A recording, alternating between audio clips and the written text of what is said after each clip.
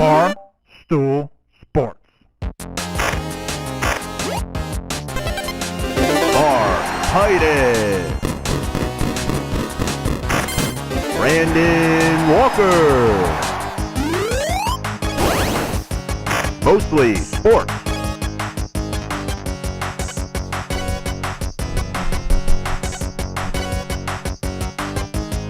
Welcome to Mostly Sports. I'm Mark Titus. He is Brandon Walker. The gang's all here. Yep. Connor Griffin. Ebo. I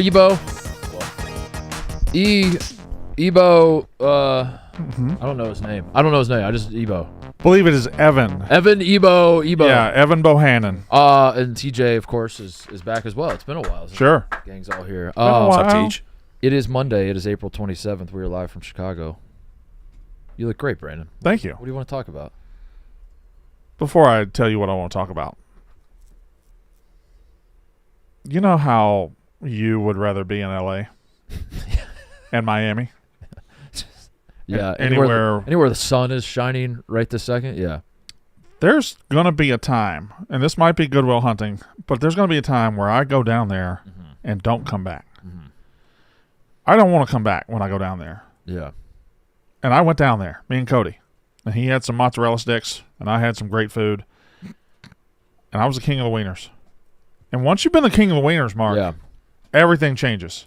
Everything changes. Now, are you worried that you're conquering too much from Chicago? Like you go down there, you conquer some part of Mississippi State, or Starkville, and then you come back, and then when you do push the button, then you're like, you know what, fuck it, I'm just gonna stay down there. Yeah.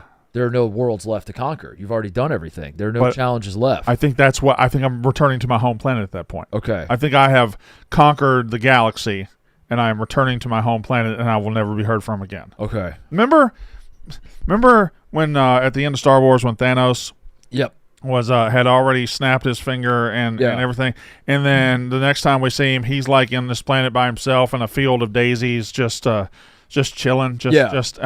Kind of looks like he made the right decision. Yeah. That's how I felt. When he wiped out half the living beings. Yes. Half the living beings in the galaxy. And then after it was done, he just took a deep breath and he's like, thank God that's over. Yeah. Yeah. No. Yeah. Did not feel guilty about it. That's how I felt in Mississippi. I was just I was just feeling good, man. Oh my God. The wiener dog. Look at that. Would you kill half of the world's population to live in Mississippi again?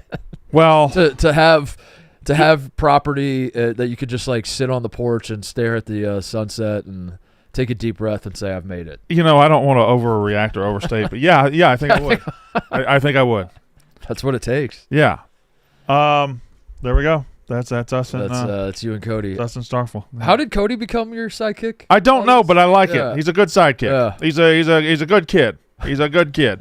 And are you asking how many people thought he was your son? A lot. A lot.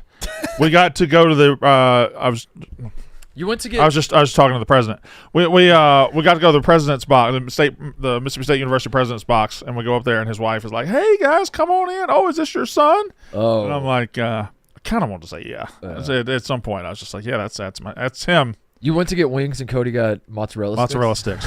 I said, Cody. Not only did I go to get wings, Mark, I prefaced it. You know how I am. I've been like 2 days earlier. I'm like, we're going Friday lunch. Clear your schedule. Brothers. We got to go here to go. We're going to get the best wings in America. Yeah. And we sit down, and I say, all right, we'll get some wings. And then I showed him a couple other things like these pork belly tacos are great too. Yeah. And waitress comes and I said, bring us 15 wings for the table, and then anything he wants. And he goes, I'm just going to eat mozzarella sticks. Isn't he from Buffalo? I almost hit him. Yeah, he's a Buffalo guy, right? Shouldn't he be the number one wing guy in the office? That's like a snob thing, right? Like how New Yorkers don't want to eat bagels. Could be anywhere else. Oh, he doesn't want. But he did this last time he went to Mississippi, if memory serves. Didn't you go to like a restaurant that meant a lot to you? A steak and seafood place, and he ordered chicken parm. That's right. Yeah, that's right. Chicken parm is good. Yeah. But this time we went to the same place, and he ordered. There were multiple people that wanted pictures with Cody. That's what? That's the first time Cody. I think I've been around Cody where people wanted pictures. He's a big liar. He's a liar. Maybe I'm misremembering. I don't know, but I can't imagine. Yeah, he's full of shit. I can't imagine that's complete asshole. Yeah, we went back to Anthony's, the chicken parm place, and I made him get a steak this time, and he ordered a filet. Mm-hmm. medium well. And I almost hit him again, but I let him do it. I let him eat his gray-ass filet. Anyway, what do I want to talk about? Yeah, what do you want to talk about?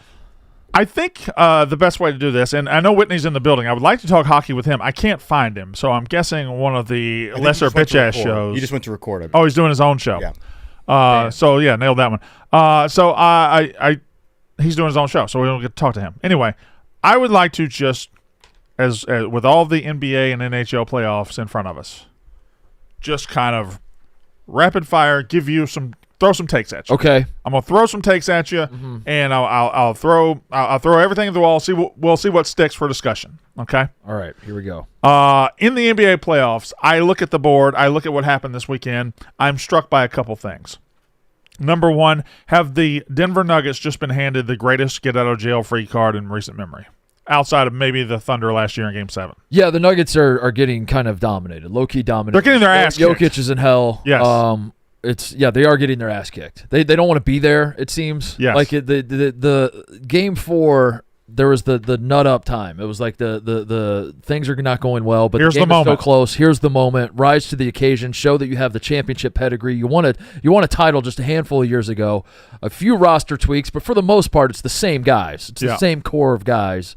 And boy, they just look like they don't want to be there anymore. No. They just look like they're like, we're ready for vacation. They're getting punked at every turn, and they're down 3-1. But Anthony Edwards, the best player on the other team, is now hurt and will miss multiple weeks. If they survive this, I think they then become dangerous.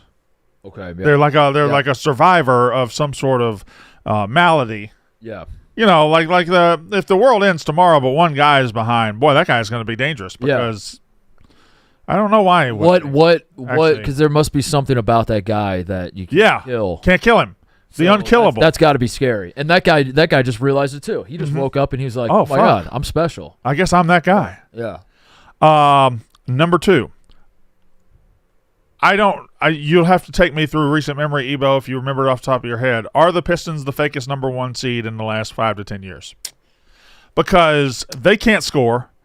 The Isaiah Thomas Celtics, were they a 1 seed? Were they a 1 seed? I'm thinking it might go back further than your time frame, but like the Raptors, the years that I know the Hawks were a fake number 1 once. Yeah, that was more than 10. Yeah, but the years like LeBron would just kind of mail it in the regular season, and then they'd play the Raptors and smoke them. He would just smoke them. Yeah, that's where I'm going. Raptors were ever the 1 seed? Yeah, I kind of anyone that was a 1 seed when LeBron didn't care to get the 1 seed, and then they would just go and run the whoever was the 1 seed in the East when LeBron was in the East. I like that. I like that. But yes, your point stands. That not a lot of confidence in Detroit right now. No, the Pistons. The Pistons kind of got. They have one legitimate, great offensive option, and they want to win with physicality and defense, and they're just getting absolutely bitched out by the Magic, by a Magic team who showed up to the first play-in game looking like they had never played basketball before. Yeah. Who lost to the Celtics backups a week before the playoffs started. A Magic who looked like they were limping in. There were questions about Banchero and all that stuff, and now they're just punking the Detroit Pistons. Mm-hmm. Anyway, Pistons are a good story, not a good team. That's kind of what it feels that I feel like feels they were a fun story. It's great to have them back, but they're not serious. Yeah, they're not an actual serious team. Yeah. Our friend of the program, Seruti, I saw a clip. He was talking about this series as a matchup and saying that the Magic might have 4 of the best 6 players in the series. I saw that. You take out Cade and Jaden, Jalen Duran. So Cade's one. Mm-hmm. He's like, Duran. And then he's like, all right, well, then we have Bane, Banchero, Franz, and then Suggs. Yeah. I can see that. Feels very accurate. I love having a guy like Seruti who is like a fan of a hyper-specific fan of like the Magic don't really have a large fan base, but he's very passionate about the Magic, and he knows everything there is to know about the Magic. I love guys like that. Yeah. Go ahead. Tell me. Yeah. Am I supposed to know who Seruti is off the rip? Yeah. I'm supposed to. Yeah, you met him. I met him. He works here. Yeah. Seruti does. We're doing this in back-to-back shows, Marcus. Yeah. We're losing recipes. Yeah. What are you talking about? I wasn't here. We're losing recipes. He was at the Super Bowl. He was at the Super Bowl. You broke bread with him. You met him. You looked him in the one of his guys, one of Russillo's guys. Yeah, okay, you tell me one of Russillo's guys. I don't know their name. Oh, we fucked up. Yeah, we fucked up by calling him by name. Yeah, you fucked up. That's you got to say one of Russillo's guys. We should have said his phone number. Yeah. Like Brandon, that's how. Or he's like, I text that guy all the You time. should have said his defining But I just characteristic. don't- 212 number. I don't put his info in my phone, so I didn't know his name. But Yeah. yeah, Okay. All right. Sorry. yeah. Russillo's guy that's not Kyle. Yeah. Russillo's other guy. Russillo's other guy. Yeah. Why don't you say Russillo's other guy? Yeah, Yeah. Ceruti's not memorable enough. Yeah. Are you You're saying right. Sir Rudy? Ceruti. Is that, okay. All right. Yeah. What were you saying? Yes, he's a fan of the Magic. Yes. Yes. Yeah. I like guys like that as well. That you at first think he's not him specifically, but guys like that. You're like, there's no way you're actually this passionate about the Orlando Magic. Nobody's that passionate. Yeah. And then, upon further review, you're like, oh, you are. Yeah. Yeah. You as I guess it would make sense that guys could care about the Magic to the extent that like Connor Griffin cares about the 76ers, right? Suppose, yeah. Somebody's got to be a fan of these teams. Yeah. Is he from Orlando? Not that needs to be a qualifier or anything like that. That would help. I think Yeah. he's a Connecticut guy. I was going to say, I thought he was Northeast. I don't know. Did he come of age when the Shaq Penny Magic or Yeah, I don't something? know. Perhaps. I don't know. I don't know anything about this mysterious. It's a good hypothesis. Rudy. Never met him. Yeah, I don't know who you guys are talking about. Up next.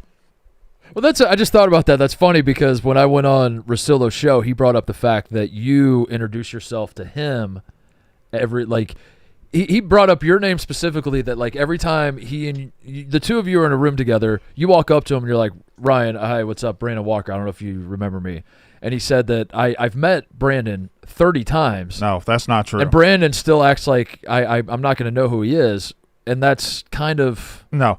Previous to And then now Russillo's guy, you do kind of have that relationship where you're going to do the exact same thing to Ceruti. We're going to be like, Seruti, is it? Good to meet you. I have an answer to this. We've met 20 times. I have an answer to this. And here's my answer to this. Prior to him, this last Super Bowl, when he actually works here now at Barstool, prior to that, I had only met him twice. I met him at the Super Bowl in Miami, and I was 5 months into the company. And I was out with Big Cat brought me along to this dinner. It was a dinner of like some pretty heavy hitters, and I was very quiet, very reserved, very like I just was a fly on the wall. I just kind of sat there to the point where Dan was like, "Why didn't you talk?" And I thought. Then I saw him again 5 years later at the Super Bowl in New Orleans, and I thought he wouldn't remember that first time because I was so timid. So I was like, "Do you know my name? I'm Brandon Walker." And that was it. So it only happened one time. It only happened one time. You only did it one time. I only did it one time. I don't know if you remember. Yeah. Although I might have done it this year as a callback to doing it the first time. And now you're kind of that in guy a position where you should probably just do it every time. Yes. Now I would do Now it's it a every thing. time for the rest of my life. Now it's a thing. That being said, that has nothing to do with Seruti because I still don't think he's a real person. So whoever Seruti is he a horse running in the Derby? Seruti sounds like a horse running in the Derby. It's his time of the year. Yeah. There he is, Steve Seruti. At Seruti. Yeah, mostly hoop. He's on Mostly Hoops. He's on Mostly Hoops? Look at that. I had no idea. I didn't know he worked on our show. Probably be a great addition. Yeah. So. Number 3. We on this show have been very forward thinking in our LeBron praise in these playoffs, but his playoff masterpiece so far happened Friday night. Yeah. After you guys did a show Friday, and while I was in Mississippi, he has the defensive stop in the tying 3 in the final seconds against the Rockets. That happened Friday night, right? I believe so, yeah. We haven't been able to talk about that. Played like shit last night, to be fair. Yeah. He played like shit last night. Played like shit. That was kind of their stinker. Lakers, They threw out stinker, and I think it was pretty evident about halfway through that, all right, well, this one they're just going to go ahead and pack it in, try to get back to L.A. and finish it out there. But did not play like shit in the first 3 games. No. And down 6, he ends up helping them come back, and the 41-year-old LeBron James still insane. Yeah, it's still insane. It was insane. Still insane. It was insane. There's at this point, you just keep. Sounds like you're belaboring a point, but the fact that he is leading a playoff team, an injured playoff team, to a potential first-round victory over a team that was favored over them, and he's hitting game-tying threes, he's getting game-tying steals. Like it's unprecedented in the history of basketball, and no amount of talking about it is enough. No, we just talked about it too much. A lot of the commenters are pooping their pants right now. Yeah, and they're losing their minds. Yeah. Why are you talking about LeBron James? Why you? Yeah. He's the only good athlete you're not allowed to talk about. Yeah. Or the internet will freak out. So we should. God, he's talking about LeBron James so much. I can't imagine being a LeBron hater's fine. Like that actually makes a lot of sense to me why you might not like the guy or Yeah. you might want to see him fail. Being a LeBron denier at this point is, I think it's a mental illness. It's walking I think you're outside, mentally looking at ill. the sun, and being like, "Oh, it's Yeah. dark out here." You can be a hater. You can be like, I want the guy to fail. I enjoy watching him fail. I will always root against him. The decision happened 16 years ago. It Yes. still bothers me. Yeah, there's a lot of reasons you could be bothered by him. To Yeah. be a denier at this point, you're mentally ill. If you're someone who I think at this point, if you aren't saying, and you might not give him the nod over Jordan, and that's fine. But if you aren't saying he's at the very worst, the second best basketball player of all time, then I think you're just either full of shit or stupid. Yeah. And He didn't play like shit last night. He did. People are going to be like, oh, you're talking about him. You're sucking him off after he played bad. No, well, she played like shit. Played like shit. Played terrible. They absolutely stunk last night. But my point was like what he did in game 1, say. If he did that and then played like shit the rest of the playoffs, So still at enough? 41 years old, Yeah. I'm still just like, that's But he put insane. together 3. For a basketball player to do that for one game in the playoffs. That's crazy. And yeah, he kind of did it 3 games in a row. Did play like shit last night though. So which I know you got more thoughts, but I because the Lakers are up 3-1, and we touched on that. You said the Nuggets have a life raft thrown. They're down 3-1, thrown yeah. their way. Which and the Spurs go up 3-1 yesterday, where we made a big fuss about Wemby's head was ripped right off of his body. Mm-hmm. They put it back on, and now the Spurs seem to be. They stapled it on there pretty good. They got it on there good. Yeah, they got it on there real They did good. a hell of a job. Which of the and I don't know if you're working towards it, but the Celtics go up 3-1. Who is down 3-1 that you believe has the best chance? Is it Denver? Is that the obvious? Let's go from the bottom to the top. Sixers are deader than dead. They're trash. Embiid's nothing. Who's the middle one you said there? Portland. Portland's dead. Portland's done. Wemby is back in super space alien mode. Houston against the Rockets against the Lakers. The Rockets have Rockets. It's a non-0% chance the Rockets win that series. I do think everything LeBron did was kind of defying expectations the first 3 games, and he's going to have to reach that level again one more time in the next 3 games. And there's a chance he doesn't. There's a chance the Rockets come back and they win that series. Especially there's a chance they go back to Game 6 in Houston. So I would say 20%, 15% chance the Rockets win. I'd say Nuggets are 75% chance they win the series. Nuggets are going to win the series. I think you let them off the mat. You give them kind of an extra turn when they don't deserve it. You give them this life that they don't deserve.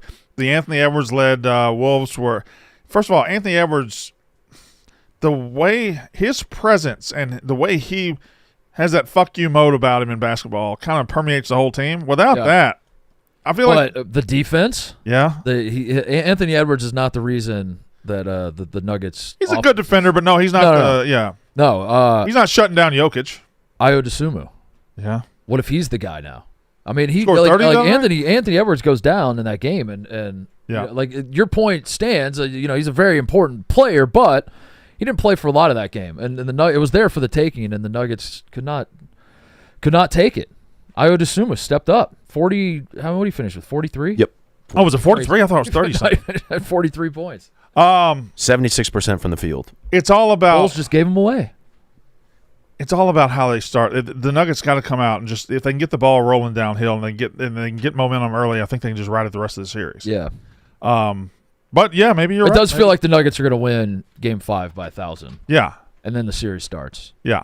And I just think I don't know. Anthony Edwards being out just feels like Game 6 gets really. Feels like you kind of cut the soul out of the Timberwolves. But maybe that's a bad read. Maybe I'm stupid. Maybe I'm an idiot. Maybe I'm ugly. Maybe I'm gay. Maybe I'm all these things. Maybe I'm gay, ugly, and stupid. You doing 2 truths and a lie? Yes. I don't know. Maybe Mike Conley steps up. He's kind of in the middle of like a lot of drama in this series. He passes the ball to Jaden McDaniels, who then dunks it. Yeah, and then I think by the way, that was weird. Has the audacity to score the basketball with time left on him. And then McDaniels gets hate for dunking it, and then Mike Conley was the one expected to apologize for passing him the ball. Yeah, just passed him the ball. Yeah. Also, there was a moment where he kind of like, honestly, big dog Jokic. Did you see that where he like cleared him out of the paint a little bit, gave him a little shoulder? People were like, "Oh, this is so dirty." It's like, come on, man. It's Mike Conley's 37. He's won 19 sportsmanship MVP. You put a little sauce on that. Come on, man. Come on, man. Come on, man. Come on, man. Yeah, and he's going to be on the show any day now. Yeah. We'll have him on to talk about it. This has been one of the worst series that Nikola Jokic has ever had. Mm-hmm. Yeah, it's been bad to watch. Which makes me think this get out of jail free card. Potentially. Do you think Jokic is going to be bad this long? He's going to drop like a 40, 20, and 12, and all of a sudden the Nuggets are going to be in control. Yeah. Or maybe I'm just stupid. I don't know. I'm just gay. This is as a Gobert hater. Gobert has him in hell right now. But this is part of the formula for the Gobert arc. Is that yes for both their arcs? Yeah, like he has this like the Timberwolves beat the Nuggets. Gobert is crowned like coming on the heels of Wemby being a unanimous Defensive Player of the Year, and everyone's like, I bet you forgot about Gobert shutting down the guy who everyone said might be the best offensive player of all time, and everyone gets really excited. And then the Timberwolves play the Thunder, and Gobert gets played off the floor, and the guys like me are just cackling in his face. Yeah, that you can't wait for the Gobert cackle. Yeah, like I can't wait, but I will acknowledge, He has Jokic in hell right now. Let's see. Did Nuggets get out of jail? One of my favorite things to wake up to in NBA playoffs is waking up the next day and catching up on NBA Twitter's litany of bullshit calls the Thunder got the night before. I like waking up to press conferences where Devin Booker's basically like, fuck this shit, man. I like waking up to the 5 or 6 clips from SGA basically just grabbing the nearest defender in a headlock, kicking them in the nuts, and then falling down and getting an M1. Mm-hmm. I like the Chet video the other night where Chet, a 7-footer, 7'2", mm-hmm. Chet 7'2", and he head fakes a 6'1" guy and then jumps into him for a foul. Mm-hmm. It's the biggest gap between watchability and domination of a team I can ever remember in the history of basketball. Yeah. They are the best team, and they are the worst watch. Yeah, I would agree with that. Yeah. It's brutal. They suck to watch. And Thunder fans be like, no, you just don't they suck to watch. They just suck to watch. The foul baiting is just, it goes through the whole team. Chet's acting like he got shot when he's just getting boxed out. Like, it's just, they suck to watch. They are the best team, and they're probably going to win the championship again, but God damn it, they suck to watch. Mm-hmm. And that's all. That's the truth. And I don't want a champion that sucks to watch, but that's what we're going to have again, probably. Mm-hmm. And last year you got all hell for saying SGA, you just don't like watching him play. Well, who would want to watch somebody shoot 20 free throws when they're just doing this shit all fucking day? Mm-hmm. God damn it. Welcome, Brandon. Oh, I was here last year. I was just letting you talk. It's brutal. That's the next day after a Thunder playoff game is just a study in, like, how did they call that? It is fascinating because you're right. The Thunder are the best team. The Thunder are going to cruise to another championship. They're going to win back-to-back championships. They're going to have the back-to-back MVP. Yeah. And we're not alone. It's not just me and you. It's not just like a small contingent of haters. I don't know. Like, I don't think the Thunder winning is bad for the sport, but I think the Thunder winning in this manner is, and I don't know what the NBA does about it. Yeah. Like it's a fascinating thing because I don't think, like, I don't know how you go into next year and you're like, can the Thunder, like, I feel like the basketball viewing public is completely fed up with the experience, and it has nothing to do with them, like, winning, because it's not. I think Thunder fans getting their feelings about the idea of, like, a small market being dominant, and they're like, people just hate us. We're winning and you're pissed. That's not it. You just want to see the Lakers and the Celtics and all that. It has nothing to do with that. Like, I don't mind when the Spurs are good or when the. Well, we love greatness, and when somebody like does what SGA is doing, you want to embrace it, and you want to be like, wow, this is incredible, but then you watch it. The 04 Pistons won with a style of basketball that was ugly and different, but, like, they were beloved with how they went about it, and they still are over 20 years later, But yeah, it's a fascinating thing. I don't know if this is even on the league's radar. Like, do you think, like, behind closed doors the NBA is like, we need to do something about the perception? Because I do think perception is reality, and as much as, like, the people that love the Thunder are like, dude, SGA is actually, like, 9th in the league in free throw. That doesn't matter. What matters is, like, for most people, when they turn on an Oklahoma City Thunder game, the feelings bubble up where you're just like, this is fucking disgusting to watch. Yeah. And they want to turn it off. They don't want to, And I guess like if you're the commissioner, if you're Adam Silver, is this something that needs to be addressed, or you're just like, I don't know, this stuff comes in waves, and like now it's the Thunder's time, and eventually someone will knock them off, and it won't be as big of a deal. If the Thunder, if the Thunder are like the 6th best team in the West, is this that big of a deal? I think you probably just ride the wave. So just ride the wave. Yeah, like in the '80s, you had Larry and Magic playing this incredibly fun brand of basketball, and then in the early '90s, you had Michael Jordan playing this incredibly fun brand of basketball. Well, in the middle there was 2 championships by the Pistons, who were just beating everybody up. They were the bad boys. They were beating everybody up. They were knocking everybody down. They were fighting every game. And David Stern didn't change the rules. He didn't stop and say, "Oh, we got to pay attention to this." He just waited and let time and Michael Jordan take care of the problem. And somebody, probably Wemby, is going to take care of the problem. Yeah. If we're being honest, over the next couple of years, it seems like the Spurs are on the ascension and Wemby's on the ascension. So the problem will get taken care of. And it's not, again, I want to say, I think a small market team winning is incredible. And it's not a problem with the fact that the Thunder are winning. It's the fact that I'm watching a basketball game and I'm watching shit that I just don't enjoy watching. Yeah. And that's Shai Gilgeous-Alexander driving into the lane, grabbing the nearest arm and pulling him in and faking. Lou Dort tripping dudes. Lou Dort tripping dudes. Again, did you see the Chet Holmgren head fake? I did. Foul? Like, he does it. NBA and college, all officials like to come out at the beginning of the year and say, we're cracking down on this. We're going to watch it. We're not doing this shit anymore.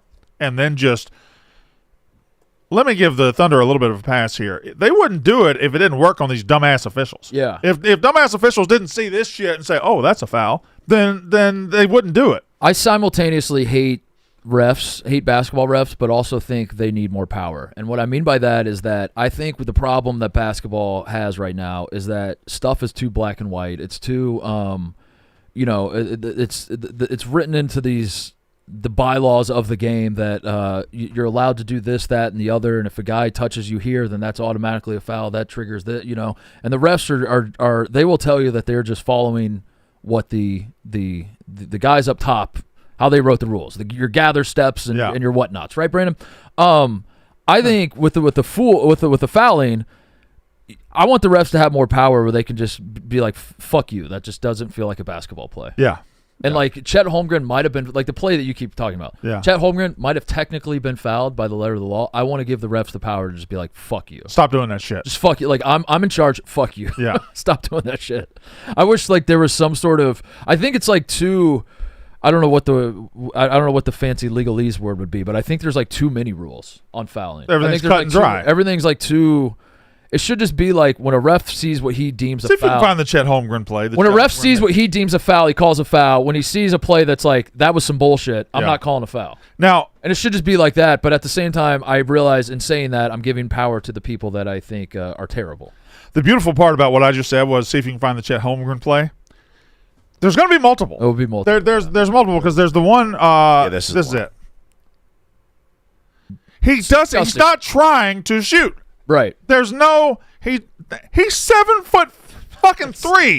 This is fucking ridiculous. Yeah, like that's embarrassing. Is that Colin Gillespie? Yeah. That shouldn't be rewarded. Yeah, like Colin, like because people are gonna listen. You say this, Brandon. They're gonna say he's in a space. He jumped straight up. He's technically now by the letter of the law, he's entitled to his cylinder, and the cylinders have been breached by the other. And what I say is, fuck all that. Right. Yes, if I'm the ref, agreed. If I'm the ref, I'm watching that. I'm like, I don't give a fuck about cylinders. I don't give a fuck. Fuck you. Get back on defense. While we're watching, see if you can find the other Chet Holmgren play. It was a box out. Well, I think he should throw the rule book in the trash and start over with foul calls. That's what I think. If you search Twitter and you just type in Chet Holmgren, first response is Chet Holmgren. Second response is Chet Holmgren gay. So that's what I'm looking at. Yeah, people are not happy. Yeah, there you go. What do you Chet Holmgren gay, Chet Holmgren foul. Well, go ahead and search Chet Holmgren gay. What does that mean? Not happy. Didn't Klay Thompson just? I believe Klay Thompson was dealing with a guy who kept making gay edits of him and sued him. So I think that's the new NBA Twitter. I don't know. They're just saying Chet Holmgren came out. That's like the new meme is if you piss off NBA Twitter, they'll just start making like gay fan edits. There's one guy on TikTok that's made like 50 edits of Ted the movie and Ted the Hulu show and Klay Thompson being gay. Oh, that's another Yeah. All right, well let's see if we can find that box out. Yeah, NBA Twitter's gotten out of control. Okay. With the way they're kind of like Philly fans where they take pride in being kind of assholes. Yeah. I'm devastated about the Klay Thompson shit and Megan Thee Stallion, man. What bothers you about it? I was rooting for him. Why? Seems like there's some trouble in paradise at the moment. Some cheating allegations. Feels like paradise is over. Feels like Allegedly. No, allegedly he no cheated on paradise. her, but then he came back and like, you cheated on me too, or was that what happened, or what am I? I think you got ball sacked. Okay, well I'm a willing ball sacker here. I'm not paying attention to that shit. Yeah. There was a tweet that I will 100% welcome the ball sack because I'm not going to look into that shit very hard. she put out an Instagram story that was saying that he had cheated, and then Okay. there was a follow-up tweet that I think somebody just You could understand where I would get ball sacked in this absolutely. scenario. Yeah. The caption indicated that he said that, but if you actually watch the video, it's like, oh no. Has he put out a statement? No, I Is don't he- believe so. Is he? This tweet went viral. This is Yes. just a lie. Klay Thompson went live and crashed out on Megan Thee Stallion after she broke up and accused him of cheating. She cheated on me first, and of course I'm going to cheat back. I'm just mad I spent over $4 million on her. I'll never do that again. Just focusing on ball now. Just not what he says in the video. Yeah, no. If you actually watch it, Okay. Yeah. You guys really are taking this to heart. Like I'm fine. also. I'm fine having got ball sacked. I love Megan Thee Stallion, Okay. so I was hoping She was never on your top 10 list. brother. Go back and check. She absolutely was. He got brothered. She absolutely was. You got brothered. By So I was rooting for him, but oh well. Well, Rooting for them in what way? Like, Yeah. you wanted them to get married and you want have them kids? to keep Endgame. having sex together? I just wanted to be happy. He wanted them to be Endgame, which means there could be another movie after. Yeah. Correct. Yeah. You wanted half of them to be killed. Right. And the snap of a finger. This is the box out. Look at this. Look at Mark. He should be arrested for that. You should be, I think that would clean it up. He's 7'3". The guy's simply standing there, and he acts like he's and the fucking dumbass ref. Oh, he fell. What I'm saying is the refs. I hate them. I do hate them, but I also think like should we try to give the refs power to arrest these guys? Yes. Should we try it for a week and just see what happens? Like Chet Holmgren's 7. God, Yeah, pisses. it's awful. And you're right. It's If they were the awful. 6th best team in the West, I wouldn't be saying this. Yeah. It is the fact that they're the best team in basketball. They don't have to do this shit. Or they shouldn't have to do this shit. Yeah, All right. There. That was basketball. Let's see. Oh, it's very frustrating. Celtics. Celtics are just they're winning the East. There's nobody's fucking with them. Nobody. But, Tell okay. me who's fucking with them. But let me ask you this, because we're talking about the Thunder and their irritable style play. When you watch the Celtics play and they're shooting 53s a game, I don't mind that. you don't mind I it. know Mark does. I don't. I mean, yesterday they were hitting. They had the second most 3-pointers made by any team. When I watch the Thunder, I just don't watch. I literally just change the channel. I'm like, this is fucking horse. When I get like worked up, I'm just like, this is stupid. I have better things to do with my time than watch this bullshit. When I watch the Celtics spam threes, I just kind of zone out. I still watch. I don't get like, I don't feel my blood pressure spiking. So I don't like it. I will answer your question by saying I don't like. I would prefer basketball not just be that, but at the same time, I'm not. I don't have like a visceral reaction to it. Can I voice my disagreement to and we've had this out before, but I think there's an aesthetic pleasingness and a beauty to.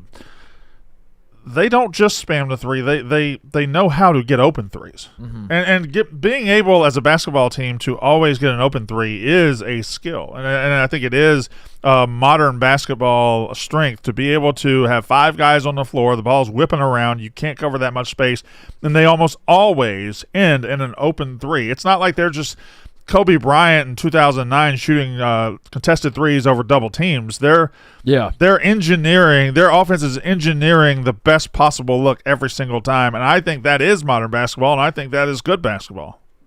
Yeah, and that's where that's a fundamental disagreement. You and I have. Yeah, I think there's too much offense in the NBA, and I would like defenses to be given more power. I would like the balance to be pulled back, and because like you said, it is unguardable. When the Celtics are hitting, it's unguardable. Which is, it can be fun. I imagine if I was a Celtics fan, I would enjoy it. But we know now, I think we have enough evidence that one game a series, they're going to not be hitting, they're going to get their ass kicked. And it doesn't matter who they're playing. It could be the Heat. It could be it doesn't matter who they're playing. One game series, they're going to be 12 of 54. They're going to get their fucking ass kicked. But when they don't, they're lights out. Do you remember like a year ago or so, someone was talking to Caitlin Clark and compared her game to Peyton Pritchard? and the whole internet got pissed off about it, saying she's not close to Peyton Pritchard. They kind of play alike, where they just might have been a compliment to Caitlin. Yeah, they're microwaves. Yeah, might have been. Yeah. They're both just like microwave shooters. Like, don't let him score. Yeah. He said Peyton Pritchard said he was in a flow state in this game. Yeah. He was scored 32. He entered a flow state. I believe they've reported that they have drills in practice where it's just don't let Peyton Pritchard score, and they just give him the ball and like 5 guys defend him. He's unbelievable. He's so good at the end of quarters and it's really just the end of quarters, I guess. But that buzzer beater at the end of the first quarter, he's just dribbling around and throws it up and it goes in. And like, if anybody's surprised, it's because you haven't watched Peyton Pritchard at all. He does it all the time. Yeah, it's crazy. It's infuriating. They have a cool college basketball field where it's like you thought Luka Garza was going to flame out and never be anything in the NBA. And National Player of the Year is now like getting playoff minutes, and Baylor Shireman's getting playoff. Yeah, you're like, how is Sam Hauser? Yeah, like a legit NBA contributor. It's like, yeah, he's good. The Eagles have found, or not the Eagles, sorry, the Celtics have found a way to get these guys in good roles, which is kind of cool. I appreciate that. Just looking up the Sixers stats right here. They only scored 96 points. When they get Embiid back, though, it's a different series. Yeah, that's what I was looking at. Embiid, they're down 3-1 now, but if Embiid back for Game 5, Embiid had 26, 10, and 6. Is he going to come back for Game 5? Yeah, I think so. Because he came back for Game 4. Yeah. And he was 9 for 21. He took 21 shots. He still, even though he missed all that time, he still came out and shot way more than everybody else. Tyrese Maxey was 7 of 14, so it really hurt his usage and everything. Go ahead. Led the game in rebounds. Especially that was the main reason why we needed him back, is because the Celtics just get every single fucking rebound. They still did last night, but it was at a lesser degree than what they were getting in the first 3 games. And then on top of that, the rest of the team just decided not to really play well outside of Tyrese Maxey. Didn't lead the game in rebounds. Queta had 11. He had 10. Led the team in rebounds. Okay, I made that up anyway. Queta only had 8. I was going to say, wait. Fuck, you got me. I should have. That's good line. I should have held true to my guns, because I knew. I looked at it. I was like, wait a second. Yeah, you led the game. Okay, that's my bad. Well done, Brandon. But no. Also led the game in rebounds as a 7'3" center, isn't? Are we I'm saying we could not rebound the basketball at all. He had 10. I mean, like, correct. Yeah, but double, Brandon. Did you rebound it last night? Better than we did in the first 3 games, but there was one possession alone where we gave up 5 offensive rebounds, and that definitely didn't look good in the stats. Last night, this is an improvement. The Sixers. I'm looking at the Sixers box got out rebounded 63-40 last night, Mark. And it's been miserable all series. The problem is, because they were shooting so many threes, the Celtics, there were just so many long rebounds, and we just can't get to them. VJ Edgecombe has been bad the past 2 games. Kelly Oubre was dog shit yesterday. The rest of the team, we started the game like Embiid had the first 8 points, and then everybody else just couldn't shoot. Yesterday, Sixers got out rebounded 63-40. Friday night, Embiid didn't play Friday night, right? Yeah. Celtics out rebounded 51-48. So Friday night it was pretty even. So the Sixers got way worse. Joel Embiid, who brought rebounding to the table. Yeah, they got 8 less rebounds. When they brought him to the table, the rebounding disparity. Look at game 1. Exploded. Got much worse. Much worse. Yes, the Friday night game was the game you had to win. That was the series. Because that game was close. The Celtics weren't hitting everything like they were last night. Do you think there could be some truth to the, like, I'm not trying to troll you and say that the Sixers are better without Embiid, but do you think there's some truth to, like, when Embiid comes back, now they're playing through him more? Yeah. And the guys who are stepping up, your Edgecombes and your Maxeys. It takes Maxey out a little bit. Like, all those guys now, their roles are diminished, and the dynamic element of the 76ers that you don't really know where it's coming from, that gets taken away. Do you think there could be a little bit of that? I'm not saying that's the only reason that the Sixers lost this game, but it's also there's a different pace of play that maybe if we were playing faster without Embiid on the floor, then we would have a better shot against the Celtics. But no, I think you still have to roll with Embiid. And VJ Edgecombe, even though he wasn't great last night with Embiid on the floor, he also wasn't great in Game 3 when Embiid wasn't on the floor. So he's just not consistent enough this early in his career to be a dominant scorer in a playoff series. So that's the main point. You should get a hand up on the Celtics 3-point shooters. That also. That would be my note going into Game 5 is get a hand up. Challenge a shot. But yeah. At Cole Dude KTA DM'd me during the show and said SGA had 40 and went 15 of 18 from the field in Game 3. He foul baits, but that doesn't mean he's not incredible. Yeah. And this is where I get tired of people being so goddamn fucking stupid. They're very stupid, Brandon. Because that man watched me sit here and say, this is the best team and the best player in basketball. I just hate the way, I hate watching him. And he typed out, through his tears, he said, he's still good. Shut the fuck up. That's the problem. That's the fucking problem. They're so goddamn good. They don't need to do this bullshit. But fans like you, weak-ass, bitch-ass, ugly, fat fans like you are like, just leave him alone. He's the one that's creating this problem by grabbing Devin Booker's arm and falling around. Tell him to fucking play basketball, stupid-ass bitch. Okay, not... Aura Frame is the perfect Mother's Day gift to capture the chaos you put her through and the memories that came with it. Add as many photos and videos as you want. Keep adding from anywhere, anytime. Add a message before it arrives. Every frame comes packaged in a premium gift box with no price tag. Download the free Aura app or text photos straight to your frame. Aura Frames has reached #1 in the App Store on Christmas Day in 2025. Make Mother's Day special with Aura Frames. Named #1 by Wirecutter. You can save on the gifts moms love by visiting auraframes.com. For a limited time, listeners can get $25 off their best-selling Carver matte frame with code MOSTLY. That's AURA frames.com, promo code MOSTLY. Support the show by mentioning us at checkout. Terms and conditions apply. Aura Frames. Great Mother's Day gift. Great gift, especially if you're someone that lives far away from your mom. You're raised by your mother. You went off to college maybe. You went off to the world, and the world took you far away from home. Get your mom an Aura Frame. Then you can send pictures of what you're up to. Maybe you got a little baby. The grandma wants to know what he or she is up to. That's what Aura Frames is for. You can just send the picture straight to the frame. Now your mom has pictures of all your happenings in life sent straight to her. Aura Frame. And you never have to get in the car and go see your mom. Never have to go see her. That way you never have to put it. Imagine the effort. You could either get in a plane and fly across the country and go visit your mom, or it costs a couple $100. Or you just upload a picture on Aura Frame and never have to do anything again. Never have to meet her face to face. Also, sneaking up Mother's Day. It really is. It's early this year, right? May 10th. Boys, May 10th, yeah. Boys, May's about to throw itself at us, and I don't know if we got Star Wars Day coming up. We do. We got. By the way, because of scheduling conflicts with Big Cat, you're moving Star Wars Day to the 8th. Mm-hmm. Oh my God! So now the mothers don't have their own day on this show. Oh my God! Because the Mother's Day show, which we always do big, is now the Star Wars show. Am I understanding this correctly? Are moms going to be on the table in the Star Wars murder mystery? We should just combine the shows. Oh my God! Are we getting a special guest? You're taking up the Mother's Day spot. Are we getting a special guest for the Star Wars show? Do you think? Is it possible? Could it be? Are we getting? We're less than 2 weeks to the fucking Star Wars show. Dude. Yes, I know. And if we had done it this Friday, then it would have been interfering with the Kentucky Derby show that we do. So, if she's on the show, I will participate in the show. I'm ending my holdout. By the way, hold on. I will end my holdout. I just realized we do always do something for the Derby. Yeah, we did. That's Friday. Yeah. Day of the race. When's the Derby? This Friday? Saturday. Yeah. This coming Saturday. Yeah, but we got to do. We did a day of races last year. That was the switch debacle where TJ won a switch, or somebody won a Connor won a switch that he didn't want. Yeah. And I had to go buy the switch. I had to go buy 2 Switch 2s the day they came out. One for my family and one for the wheel. And Connor just didn't. I'm not a gamer. I figured TJ. Then why'd you take the goddamn thing? Because I wound up giving it to TJ. It wound up working out. Are you okay? I'm sneezing. Okay. You got another one coming. I can. We also have to run our Fan of the Year race on Friday. That officially we're doing it. That'd be great. Fan of the Year. Remember? All right. So what we did last year, I don't remember. Golden bobblehead. Were you already out? You weren't here for that day. I don't think I was here. I don't know why I wasn't. So we all brought our own race with its own stakes.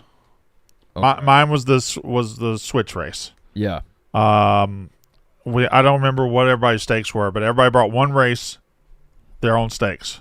Do you remember what yours was, Connor? I had gotten a bunch of different gifts from Target. That if you placed 1, you got this gift. 2, you get that. Debo, remember yours? Oh yeah, this was related to giving TJ $10,000. I told Cody he's got to be on 20 shows. Yeah, that was that. Oh, that's right. Okay, where's he at? 7. Yeah, maybe 7. 7's pretty better than I thought. Yeah. So we're doing that again. I would love that. So this Friday, I do think there needs to be a wrinkle because I wanted to see these things get done.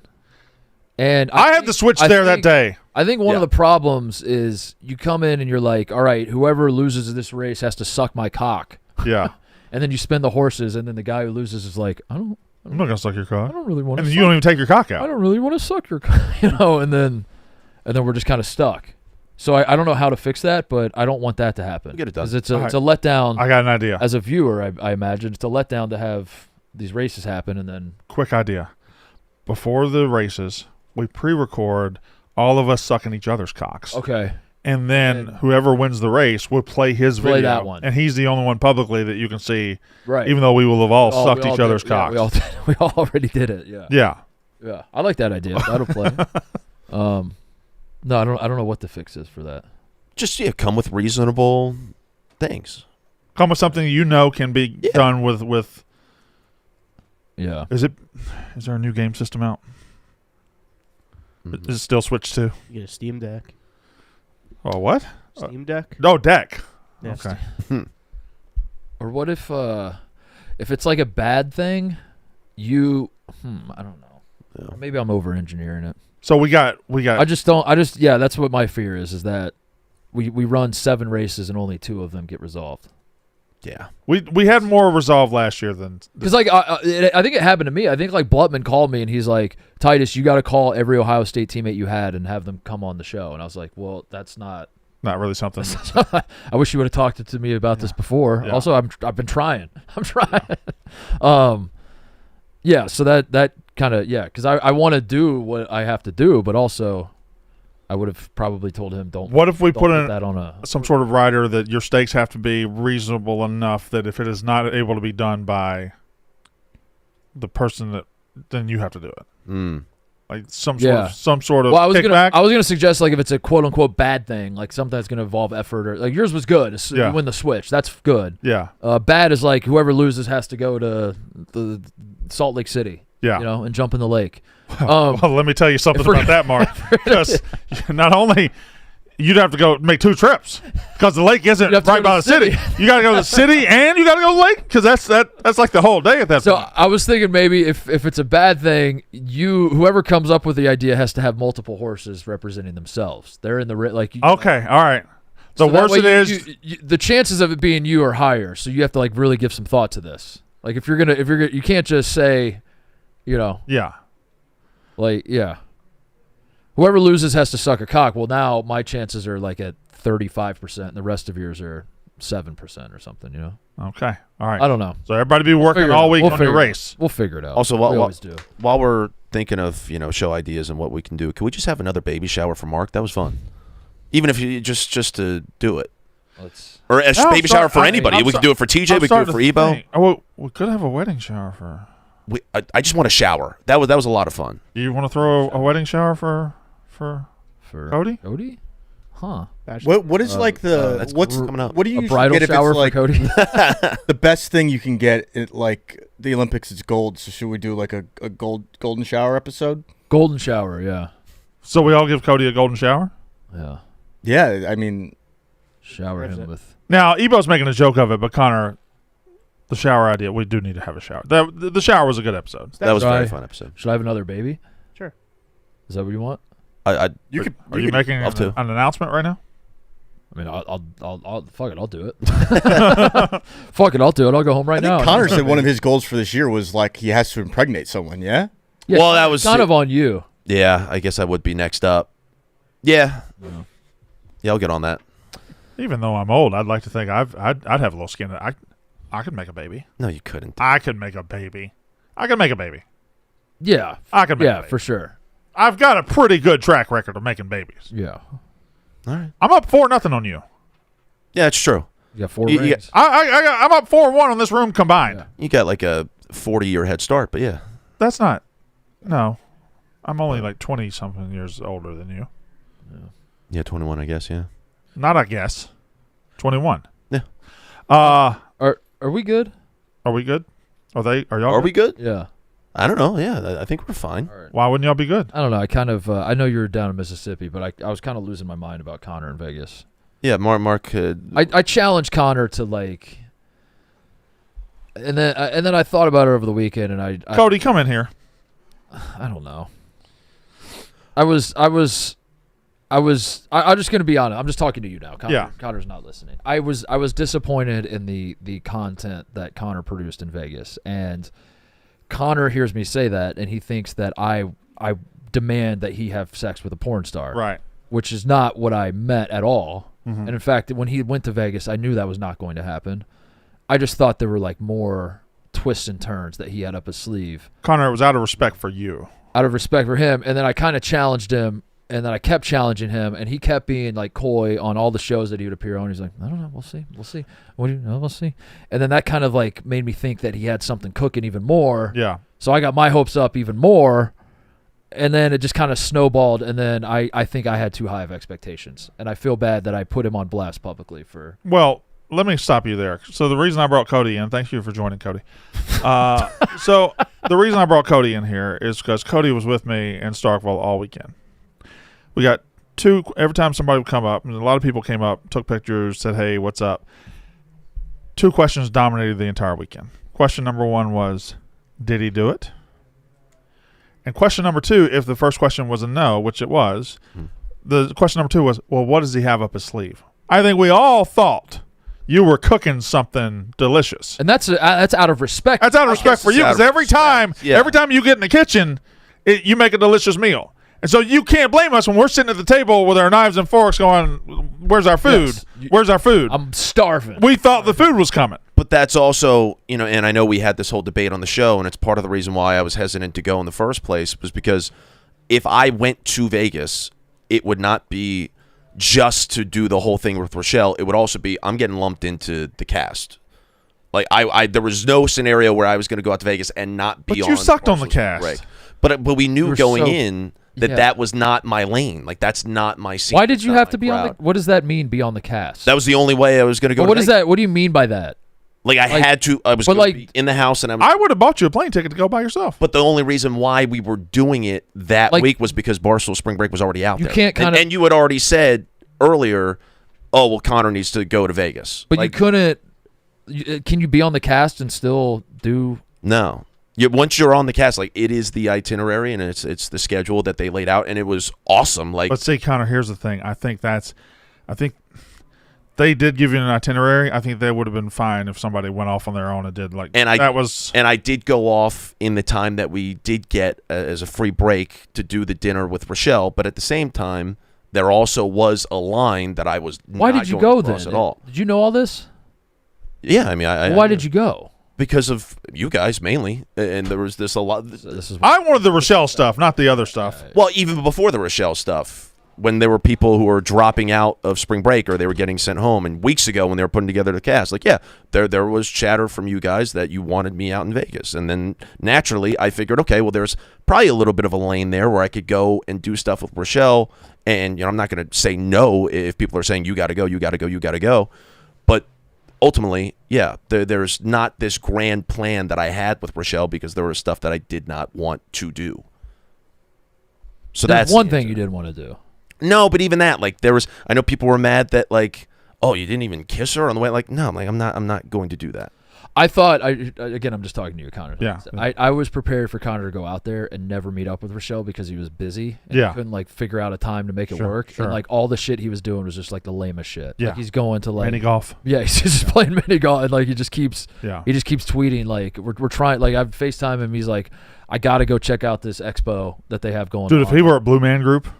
Instead of... and he's just doing, like, corny shit around Vegas, and he just can't find the time. Better yet, if he had been in Blue Man Group... Yeah. I thought we were going to get some of that as Connor just bounced around Vegas doing the most touristy bullshit. Yeah, and, like, I meant... Cody, hi. First of all, how long is the delay between this room and out there? I was cutting a segment, so I was not even live. But what were the top 2 questions we got this weekend? Did Connor smash? Mm-hmm. And what's the other one? It was well, what's he gonna do if he doesn't smash? What else? What's he got up What's his his sleeve? play? Yeah. There was no play. Also, like, we got a lot of family out there, by the way. Yeah. Because I'm a state fan, so a lot of people came up because I was a state fan. But there was a lot of Cody probably took 10 pictures. No shit. shit. Family. Yeah. A lot of mostly sports. People obviously give you a lot of credit because you're a Mississippi State guy, but like we actually couldn't walk 2 feet without stopping for 20 minutes. Damn. Yeah. Which is good, but it was kind of annoying at the same time. I'm like, we got places to be. Cody's just like already. Cody went from like nobody knows who the fuck. He was literally who. Like we didn't know who he was. To now he's like, I fucking hate our fans. Yeah. I can't even go out and I can't even. I was saying, I can't even eat mozzarella sticks without dudes coming up to me. Not me, dude. I'm kidding, Cody. I'm putting you don't have to. I miss you guys. You're blushing. You're turning red over there. Yeah. I feel like it's the first time everyone's been in the same room in like weeks. Has been a minute. It has been a long time. Did Connor smash? Forgot to ask. Did Connor smash? Yeah. That was never gonna happen.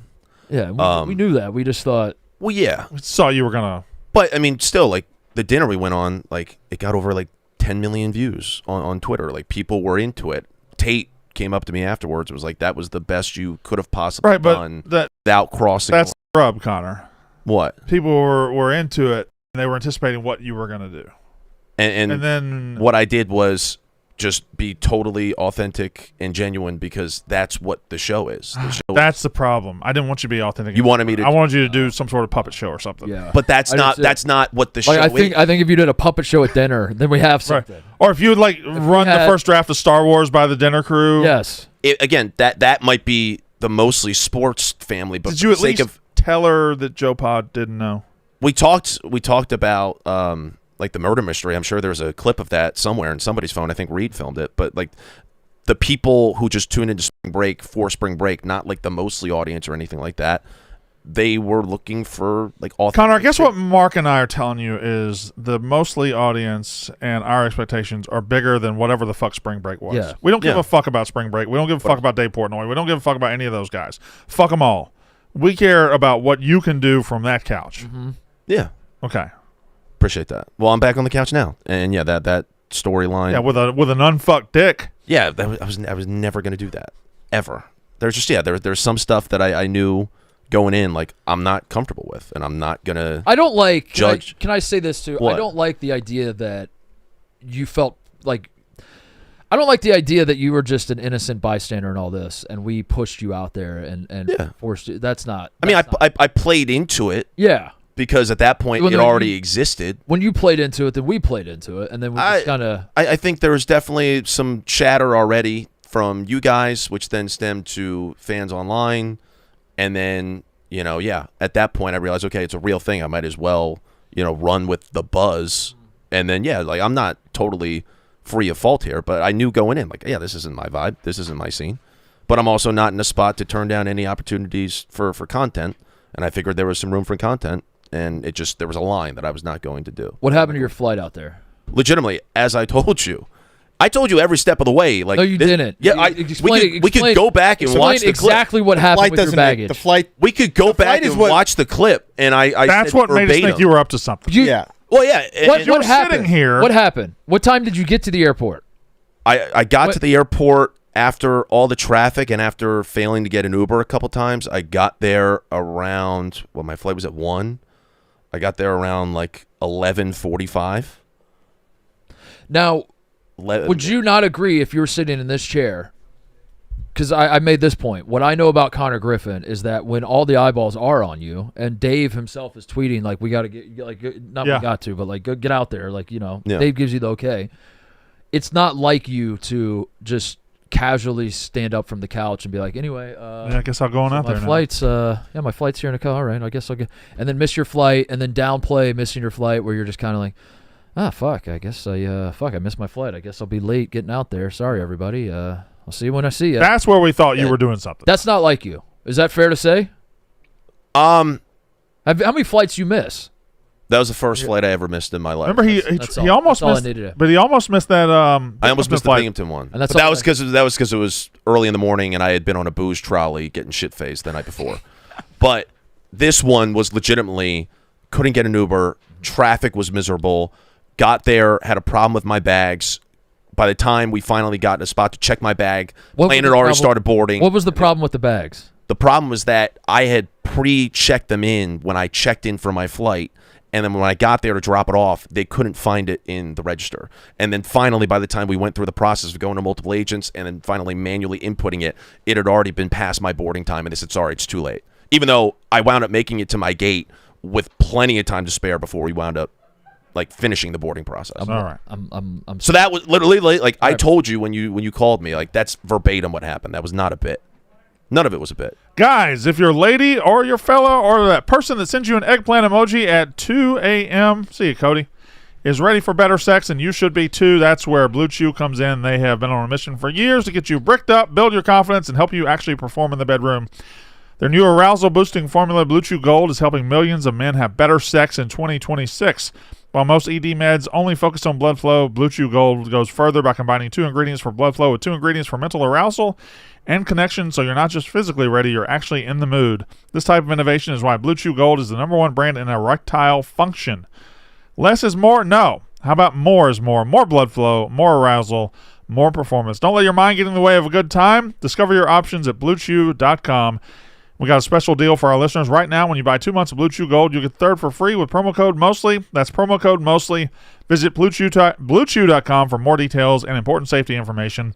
We thank Blue Chew for sponsoring the podcast. When I woke up this morning, I got home yesterday. I was tired. I went to bed early. I didn't stay up for the hockey games. I'm just going to go ahead and eat that. But I woke up this morning and I saw the controversy surrounding this goal in the Oilers-Ducks game. Mm-hmm. And Ryan Whitney was beside himself. Can't believe they allowed this goal and everything. And I think he eventually walked it back because the first I saw of this controversial goal was the still shot of that puck being the most goal that's ever goaled.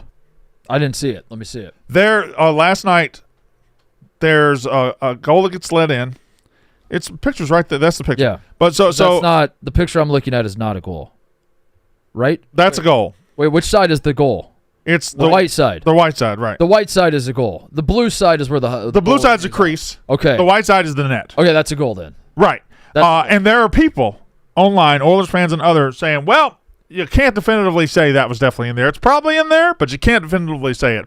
To which I say, if they had come back last night and said, we looked at it, but there's not conclusive evidence that that's a goal, then I think replays should have been shut down for all of sports for the rest of history. So they ruled this a goal. They ruled it on the ice a goal, which that kind of helped them. They didn't have to overturn anything. I believe they ruled it on the ice a goal, and then after looking at review, they said, yes, that's a goal. And by the way, that's a goal. That's a goal. Right.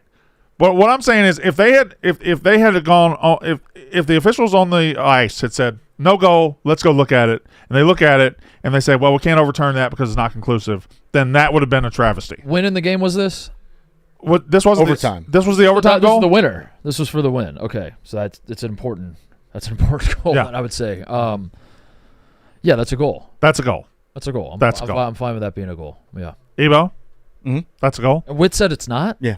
So Witt's an Oilers fan, which you ever feel like you're not versed enough in Barstool history or versed enough in other podcast history? Like, is there an explanation for why Witt's a huge Oilers fan? Was he always a huge Oilers fan, or did he become an Oilers fan because he loves McDavid? What is the explanation there? Is this a hockey grid? Didn't he play for the Oilers? Okay, but he also played for multiple other teams, right? So is it just he?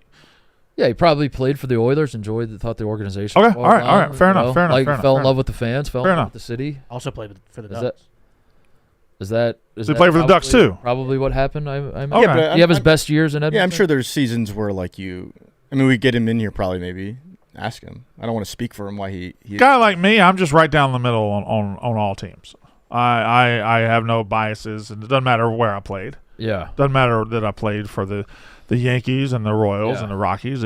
I am right down the middle on all of them. Yeah. Every team is equal. Mm-hmm. Yeah. Yeah. Right. Pirates, Brewers, Braves, yeah. By the way, Braves best team in baseball. Braves have the best record. Yeah. All of baseball. That's my team. Yeah. What? Now they are. Now who are? Always have been. Were they your favorite team? Were they your team last year? Yeah. Yeah.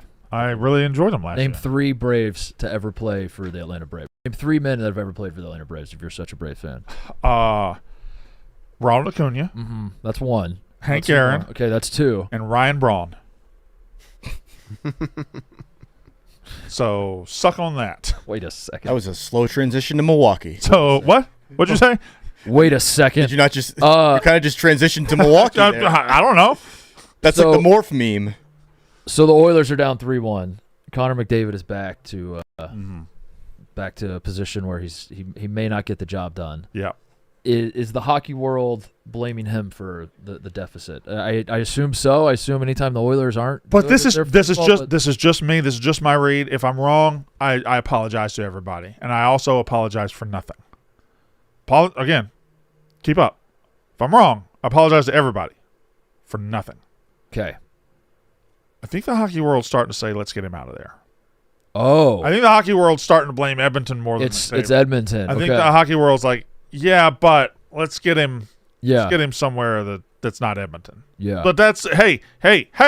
He's like a. I'm wrong. So he's like a young goat. He's really really good. Then there's a stretch, and we're in the stretch right now where it's kind of funny that he, even though he is the GOAT, right, can't win the big one. Well, his window's open right now. His window's open, but I'm saying as a neutral observer, it's kind of funny. Like, we're laughing at him. Right. He comes up short. It's funny.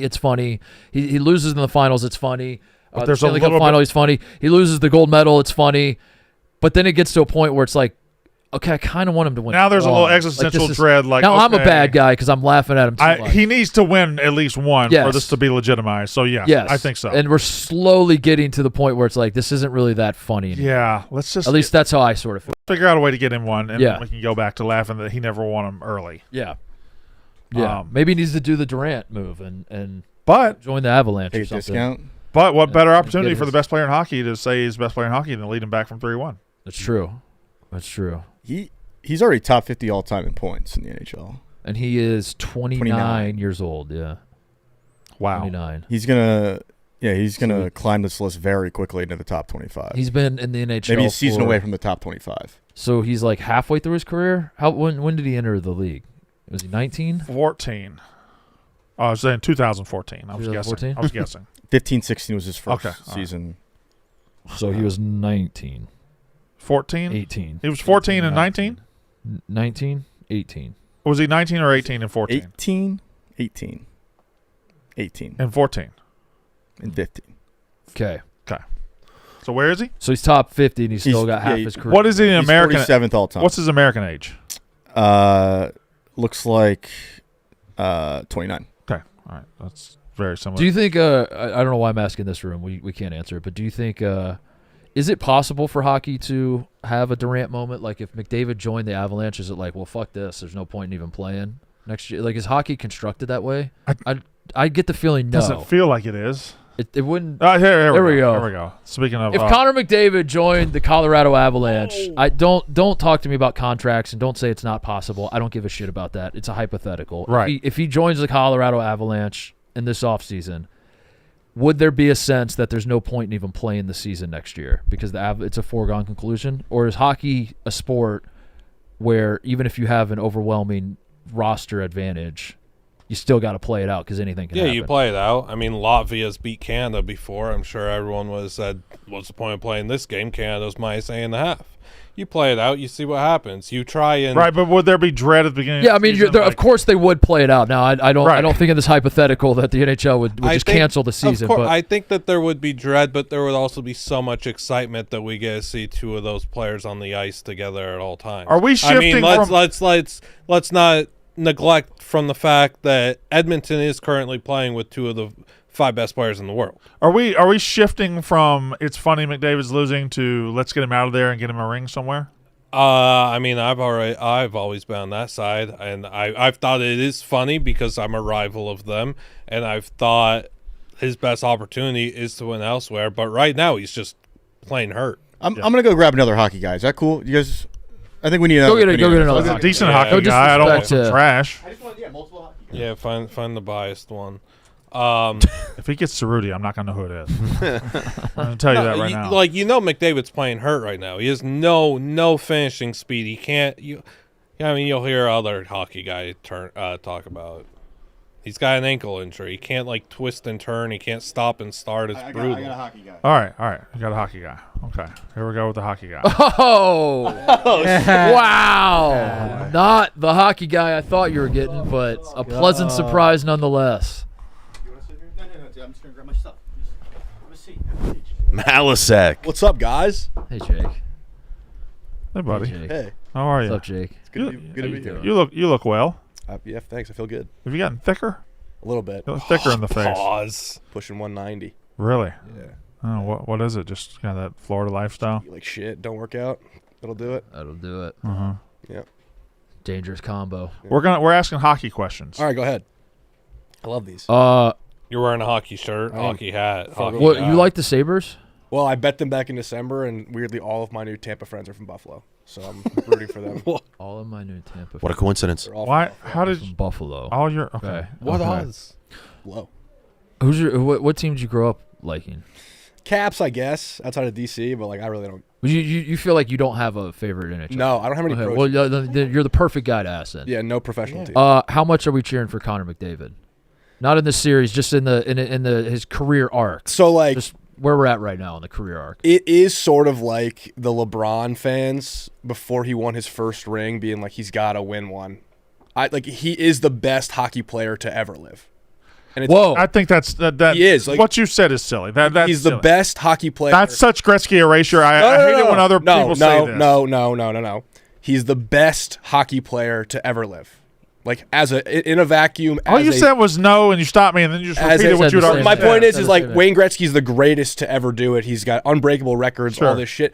Connor McDavid is the best hockey player ever, point blank, period. When it comes to getting on the ice, he's the best. Yes. Talent. He's the most talented player ever. Talented person to ever play hockey. In the way that like people might argue Aaron Rodgers was actually better than Tom Brady. 100%. Like he's a better. Dan Marino is the best quarterback. But Tom ever. Brady's correct. So like, but in this ring culture that we have, he has to win one, or he's not going down as that, right? Well, hockey's a little different because like the best players on the ice only play for a third of the game, and it's a much more team-oriented sport. There's a lot more luck involved. Sure, but all the stars have won them. Not all. Like Ovechkin didn't win his first ring until he was 15 years into the league. But he won his first ring for sure. And McDavid's he's less than 10 in. I don't know exactly what it is, 8 or whatever it is. But yeah, it will be a big disappointment if a guy like that doesn't win a championship. Okay. I'll be shocked. I don't think he stays in Edmonton. I think he wins it somewhere else. That's what we were just saying. But like he is head and shoulders, I think, better. I mean, McKinnon is 2 in the league right now. This started by him asking me where he thinks the public temperature is on McDavid and Edmonton, and I said I think the temperature of Johnny hockey fan who's not affiliated to the Oilers is like get him out of there. Yeah. And get him away from Edmonton. But that might be wrong. Like they just refuse to kind of address the problems on their team, which would they drive tried, me, and then they got nuts. Tristan Jarry, right? So it's like who actually kind of played well last night, but I don't feel bad for him in the sense where he decided to stay at Edmonton and try to win it there. Like I probably wouldn't have done that, but I'm also not. Oh, you clearly won't stay where you're supposed to be. So you will go. But yeah, no, I am very much rooting. I mean, he's also that's the worst 3-year run anyone's ever had is losing back-to-back Cup finals and then losing the gold medal. Yeah. In Spin Zone, I don't think it's a bad thing for them to get first rounded. I think Spin Zone, like a super fan like Ryan Whitney, should be fine and pleased with that. They just played 2 super long seasons. Guys are bloody, bruised, battered. McDavid's ankle isn't well at all. Rest up. Mm-hmm. Get ready for 2020. Counterpoint, I do think it would be bad if they lost in the first round. Yeah, they should win. Winning would Counterpoint, be better. they have 0 chance of winning this year, especially with McAnkle. Counterpoint, yeah, they do. No, they don't. If they're still in the playoffs, they have a chance. Yandel brought this up, and it's a pretty fair point. I don't know who Yandel is. Okay. Keith Yandel of Spittin' Chicklets. Okay. You might have got him on the hockey grid before. Sure. McDavid injured, the drop-off is jarring because he has no I thought he was the goalie. What? What was that joke? The drop-off is jarring. Who's the goalie for the Oilers? Jarry's the goalie. Jarry's the goalie. See yourself. Is his name Jarry? Yeah. Okay, that was a good joke. It was then. close that was enough. A good joke. I didn't know. Yeah, He just said Jarry. So he also brought up. Was it online? If McDavid was on the Colorado Avalanche at the start of next season, throw away contracts, et cetera, what's the hockey fan response to that? Like, is it a foregone conclusion that it's just over? Well, I don't think so, just because hockey's so random. I still don't think, we were talking about this earlier in the kitchen, I don't think that the Avalanche are just going to steamroll through everybody and win the Stanley Cup. And they are probably the best team by a good bit. But hockey is so kind of a bounce here, a bounce there. The game could go kind of wherever. Yeah. I don't think, I watched the Avs-Kings game last night. I thought the Kings outplayed them and they still won 5-1. But some team will be better than the Kings. and consistently outplay. Like there will be a team in the playoffs, whether it's Minnesota or Dallas or whoever wins that series. Like I think that there will be a team that pushes the Avalanche, and if you get to a Game 6, Game 7 scenario, that's when sort of like, okay, being the best team doesn't always mean you're going to win, like in basketball or whatever. I brought up the hypothetical of him joining the Avs because I feel like I want Connor McDavid to win a championship, but then I want to have my cake and eat it too. I want him to win the championship because it is funny to watch him, as you said, have like the worst stretch where you get to the Stanley Cup final, get to the Stanley Cup final, lose the gold medal. All of that was very funny. I'm at a point now where I'm like, this is actually not funny anymore. Like I kind of feel bad for the guy. Yeah. So I want him to win so that he gets over the hump, but then once he's over the hump, I still want to be able to laugh at him. But coming up short. You don't want a Canada team to win the cup either. No, so it's hard to like. What is a scenario where I could have both? And I thought Kevin Durant would be the analogy because Kevin Durant finally got his title, but it's not a real ring. It would feel dirty if he. It would feel dirty. So like if he did it and went to like a team where he could like get his championship, we're all happy for him. But then we all like wipe our hands. We're like, okay, now back to laughing win. I don't even know where he could go, like that would feel normal if he saved the Leafs. Also, I don't really That's like it. What the Chicago? No. That'd be fucking awesome. I don't even know why I don't like him. I'm not even really a hater. He's like the nicest dude. He's just like such like a random. I don't not like him. It's just a pattern that's become kind of funny, I guess. Like how many faces of the sport do you like never hear talk? It's probably because he looks like Connor Griffin. That's why it's funny to me. By the way, Con-Pom, you got to do. No, we'll do it on the 24th every month. Friday was the 24th, but we didn't have you guys here, and I wasn't there. But. So you weren't even here on Con-Pom. You don't tell us what they did it. So yeah, you didn't watch, did you? You didn't do it. They did it. We were ready to do it. You were just busy. Stella Blue Coffee. I teed up T-Bob to do it, and he said, "What's Con-Pom?" What's mostly sports? Stella Blue Coffee is more than just great coffee. It's coffee with a purpose. That's why they started We Brew to Rescue, a nationwide campaign using proceeds from their new ready-to-drink cans to fund 1,000 pet adoptions this year. Every can you crack open helps a real pet find a real home. Simple as that. Made with 100% Colombian coffee, each 11-ounce can delivers smooth, drinkable energy with a boost of protein. Available in espresso, cafe, mocha, and espresso sweet cream, built for mornings, long days, and everything in between. Drink Stella Blue, fuel your day, and help save a pet's life. Get yours now at StellaBlueCoffee.com and Amazon. 20% off for a limited time only. If there's a topic we haven't talked about at all, it is 11:20, and I'm ready to say it. That was the worst NFL draft of my lifetime. Oh. That was just a bad product, a bad draft, a bad everything. I'm looking at, I'm reading back the first round, and then I almost think I'm embarrassed that I hyped some of these guys up. Like, I'm going to use an Ohio State guy for an example, and I'm not. 4 of the top 11 were Ohio State. This is a shot at the school itself. But I watched Carnell Tate play for 3 or 4 years. 4 years, right? Mm-hmm. 4 years. I watched Carnell Tate play for 4 years, and I think he was a very solid receiver and at times an explosive receiver at times. But a draft where he is the number 4 player taken is kind of absurd. He's not a number 4 talent. And I look up and down. There were a couple of teams that got really, like the Cowboys at 11 getting Caleb Downs, who I think is the best player in the draft, is excellent. Reuben Bain at 15 of the Bucks. There's a couple of great picks there, but then otherwise, I think it was the draft can be summed up by the Steelers' first pick. The Steelers, had 800 million people there. Mm-hmm. They had a party. They had a band. They were singing. Britt Baker was there. Britt Baker was there. She was on camera. All the crowds going crazy. 400,000 people yelling, and then the announcers the pick. What was that? What? What'd I do? Did I do this? Okay, yeah, a little bit. They were yelling and doing all this. All these people yelling. Man. How were they yelling? With their mouths closed? It wasn't that bad. How were they yelling? Wasn't that bad. I didn't notice. They're going crazy. They're just like their jaws are dropping. They're going crazy. Anyway, all the people going crazy, and then they announce a pick, and nobody in that fucking crowd had ever heard of the guy. Yeah, like an offensive tackle from Arizona State. Yeah. And it just went silent. I just thought it was a. If you look at next year's first round, you've got Jeremiah Smith, who could be number 1 pick. You've got Arch Manning, who might play his way to the number 1 pick. You got Dylan Stewart, who could be number 1 pick. You got the cornerback from Notre Dame, who could be the number 1 pick. And you got Colin Simmons from Texas could be number 1 pick. You think a lot of guys could be the number 1 pick, but only one could be the number 1 pick. Not all of them are going to be number 1. Fair. But, I think that many guys are in the mix for like generational talents here. Yeah, elite of the elite. And then there will be 2 or 3 guys that come from nowhere that we don't. But as it stands right now, it's a loaded class next year. And like Fernando Mendoza, would he go top 5 next year? I don't know the answer to that question, but I think it's worth asking. So you're speaking from like the talent. I just think it was a bad draft with no storylines. I don't have issue with Pittsburgh taking Max. We'll refrain from saying the last name because I'll botch it.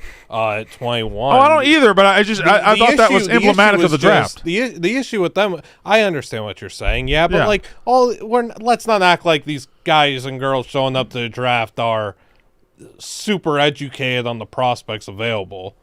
They don't. Sure. Okay. Also, the brightest. There are plenty of clips of fans booing good picks and cheering bad. Josh Allen got picked. Bills fans. Yeah. They pooped. No, you guys are misreading what I'm saying. What I'm saying is they did all that pomp and circumstance, and it wasn't a boo. It wasn't a cheer. It was just a nothing. It was just they dropped the name, and nobody knew what to do at all. And that's what this draft kind of felt like nothing. I enjoyed it. I don't know. Yeah, I enjoyed the television product. I think you're too knowledgeable. I think that was your problem. Well, they sped up the TV product. I think that was good. Like Jeremiah Love going 3 was not a stunner, but a little bit of a surprise. Will the Cardinals have the balls to do it? They did. And you're like, oh, okay. And then when Carnell Tate was picked, I was like, oh, shit.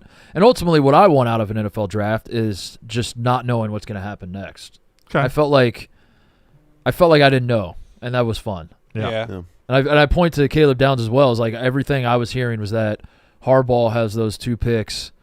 The Giants have 2 top 10 picks, and he wants to get his safety because he's like Kyle Hamilton was obviously huge for him, and like he needs that important piece. Yeah. So will he? Oh my God, will he take Caleb Downs at 5? Surely not. And then Arvell Reese falls to him, and then I, being Ohio State guy, I was like, oh my God, he's going to take Caleb Downs at 10. He's going to get 2 Buckeyes. I'm going to love watching the Giants. And he just says, nah, we're good, and let's Caleb Downs go. And I thought that was a surprising moment. So I don't know. There was get second pick. It was a tackle. They took Mauanoa from Miami. Yeah. Also, I love the 8-minute clock. I think they should keep shortening the clock. I think it should go down. I think it should be like 24 seconds. I think they should have a shot clock. The only problem with the 8-minute clock is I don't think they cleared it with ESPN or ABC, because ABC and ESPN were clearly just operating on the old time schedule where they'd be in the middle of an interview and Goodell's up there. I don't want the fewer times you can throw it to the desk to have them talk about what pick you might see coming up and break down and then give opportunities for spoilers and all that. The less opportunity for that, the more I enjoy the product. So I don't know. I wasn't like this is the greatest draft ever, but I thought it was better, quicker at least. Yeah. Brandon, you said there weren't many major storylines. What would be the biggest one if you had to point to one? What was the biggest storyline of that draft? That's obvious. Ty Simpson was one. I think sticking with court, Diego Pavia going undrafted is turned into a Diego Pavia is not a pro quarterback. No, I have no problem. He's a UFL quarterback. That's a pro. Also, am I stupid? I kind of like the Rams pick of Ty Simpson there. Great pick. Yeah, I like because I think first 6 weeks last year he was elite. Then he got hurt. I think he's got a chance to be a really good pro quarterback. And the Rams are never going to pick this high again for the next 2 or 3 years. As long as Stafford's there, they're never going to get a chance to get a guy like this again. This was probably their best opportunity. Usually they're going to be in the 20s, as playoff teams. So I had no problem with it. And I think all the reaction about McVay hated this was a little bit of bullshit. All right. Well, this is Carson, the producer from. Carson has a gift for you. Carson has a gift for me. Carson has a gift for me. Okay. What up, Carson? This could go poorly fast. Well, this don't let him leave. He's this wasn't. Stay in the room, will you? This wasn't planned at all. I parked in his spot one day, and he was not happy. He said he needed something to kind of fix that. I get here at 5 o'clock, and he parked in my spot one day. So I said, hey. What? Well, actually, what you said was, there's not a sign. And I said, I don't need a sign. And then you said,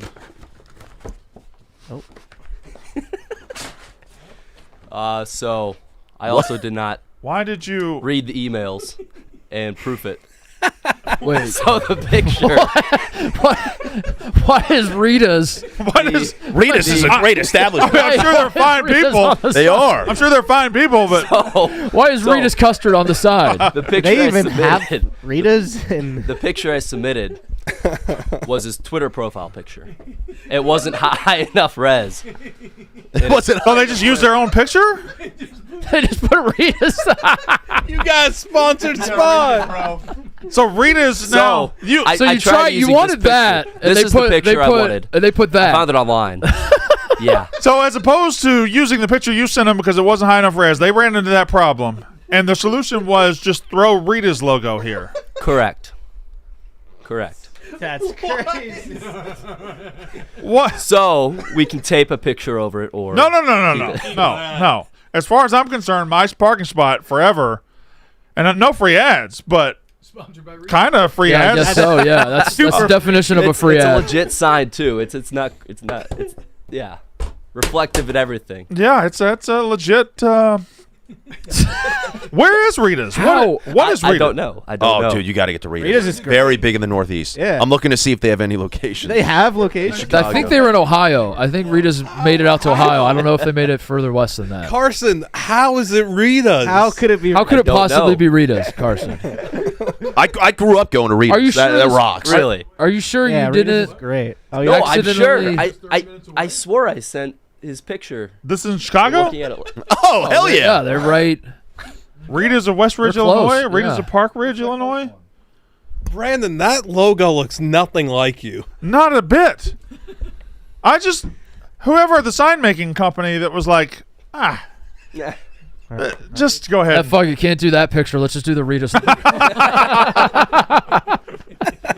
That is one Should of the we- most random artifacts we have. That picture's not going to work. Should we email him back and ask for him to resend it? Nah. All right, Throw thank you. Rita's logo on. Thank you to Rita's and thank you to Carson. Sorry for parking. your Don't spot. ever Unbelievable. fucking park in my spot again. Attaboy, Carson. Do that one in a second, Brandon. All right, guys. Quick question: how many Shady Rays how are my Shady Rays basically the same quality as the $200 sunglasses I used to buy? And I'm not exaggerating. They feel every bit as premium as the expensive brands I've owned. Meanwhile, wearing Shady Rays to the lake, on the boat, at the game, on the job site, because if you drop them in the ocean, they will replace them. Knock them off the dock, they replace them. Sit on them day one, they replace them. And here's the crazy part: they're actually premium polarized lenses that cut glare hard. Super clear optics, durable frames with solid hinges, clean classic styles that look sharp without trying too hard.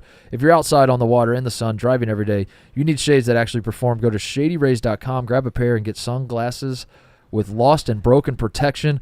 We've teamed up with Shady Rays to bring you an exclusive offer. Head to ShadyRays.com and use code SPORTS for 40% off 2 or more polarized sunglasses. Try for yourself the shades rated 5 stars by over 300,000 people. ShadyRays.com. And did you know Fast Growing Trees is America's largest and most trusted online nursery with thousands of trees and plants and over 2 million happy customers? They have all the plants your yard or home needs, including fruit trees, privacy trees, flowering trees, shrubs, and houseplants, all grown with care and guaranteed to arrive healthy. Whatever you're looking for, Fast Growing Trees helps you find options that actually work for your climate, your space, and your lifestyle. You don't need a big yard or a lot of space. You can grow lemon, avocado, olive, and fig trees indoors, along with a wide variety of houseplants, all grown with care and hand-selected to thrive in your home. I should go look at the selection. Everything about this sounds like something I need in my life. Right now, they have great deals on spring planting essentials, up to half off on select plants. And listeners to our show get 20% off their first purchase when using the code MOSTLYSPORTS at checkout. That's an additional 20% off better plants and better growing at fastgrowingtrees.com using the code MOSTLYSPORTS at checkout. Fastgrowingtrees.com. Code Mostly Sports. Now's the perfect time to plant. Let's grow together. Use Mostly Sports to save today. Offers valid for a limited time. Terms and conditions may apply. Brandon. Yes, what? Can I run something by him real quick? Okay. The NFL draft, should it return to Radio City Music Hall? No, I like it I like it doing the thing. Yeah, I it does feel a little bigger than it ought to, especially on day 2 and 3. But night 1, it still feels pretty awesome. Yeah. I'm a Radio City Music guy. Yeah, this might just be why I liked it. Yeah, it was tight. They tightened it up quick. Did you guys see the clip of Goodell announcing the fake Browns clip? Yeah. Oh no, but I saw that it existed. I didn't watch the actual clip. Did you see the clip of draft day 2? Did you see the clip of? So, and the guy does not look like a franchise quarterback. Do you have a statement on Dude Perfect? As a Dude Perfect guy? So I wanna reserve. I want to go down with the ship on this one as far as Dude Perfect goes, because I want to believe they meant it as an homage to our sweet boy Sass, to A, pay Sass, B, this is nearly an exact recreation with no credit given of a skit by Barstool sports personality Little Sasquatch. I want to say they just said let's redo it as an homage to him, but I guess they probably stole it. Then wouldn't they like tag him or say something? That's the about thing. it? Wouldn't they acknowledge? They did in the Twitter replies. They were like they were walking it back heavy. In the replies, they were walking it back, replying like 100 times. Yeah. About who was also they did it twice. Yep. They did it from multiple angles. Also, let's they did see it that from this same angle, energy on Instagram, bro. But then they also did it from this angle. Like that is a very confusing social strategy that they filmed this from with two different cameras. Very confusing. Yeah. And posted it twice, like back to back. Yeah. And Brandon. I mean, they did it. Brandon's guys. It's almost shot for shot. It's shot for shot. And yeah, it's repulsive. Every single word he says. Oh. If you're asking me to say, is it still joke. Team Dude Perfect or is it Fuck Dude Perfect? I want to still say Team because my kids love him so much. I can't. Wow. Are you Team? I'm Team Sass. You know that. Well, I'm Team Sass too. I'm only Team Sass. There's only one side here. Can only be one side. Yeah. What have we heard from Sass? We don't know his thoughts on the matter. Sass tweeted. I didn't. I was in Mississippi. He tweeted, bro. I don't have. Yeah, how can you be What Team Sass? Have we heard from Dukes? Yes, Dukes he said tweeted as something. well. Okay. good. Have you changed since putting the glasses on? No. Same guy. We'll do the grid in a second. Before we do one more thing, I want to debut a new segment called "Is This Big?" Is this a big one? Okay. TJ, if you could find the crash that happened at Talladega Superspeedway. Oh, glasses on or off. Talladega is known for producing the big one. That when races happen there, there's seemingly always a crash where it's considered the big one. Brandon. Yep. Oh, here's the big one. There it is. There's the big one. That's what you're watching for. So here was a crash that happened at Talladega, and Liam Blutman, you tell me, does this qualify as a big one? The back away and Bottles is in the wall right after contact. Right in front of the pack. Blaney's around. Logano's around. Oh, that's a big one. This is the big one. Yeah. That's the whole field. Most certainly is. There was so much white smoke you couldn't even see how. 4 cars. Yeah. Oh, good my. Lord. There were 4 cars in the front, and then basically the rest of the field crashed. Look at that. I guess that's how Carson Hocebar comes to the line. Wow. That's that. Yes. That's as well big as named. it can get. That's That's just about as big as it can get. Yeah. You kept waiting for one car to make it out of the smoke. Yeah. Just close your eyes and like hope that you. But no, all of them got Very swallowed impressive. by So did like a guy that's usually last place finish like top 10 or top 5 yesterday? How many of those got back in it? I assume they all did, but I wasn't watching. I just looked at the odds at one point and saw Hocevar was plus 150. I know he opened at like 24-1. All right. Do you think you can help in this soccer grid? Soccer? Oh, see. soccer. Sure. Yeah. Probably not, but yeah, sure. Football? Do you know any soccer? I mean, You used to sit in the cave and watch soccer with the boys. I played a lot of FIFA back in the day. Yeah, That would help. That'll help. That's All right. very, very helpful. Wait. That's a hot dog. First of all, Mosley Sports came out as gay after dubbing himself the king of the wieners. Come on. Wouldn't that be a penis?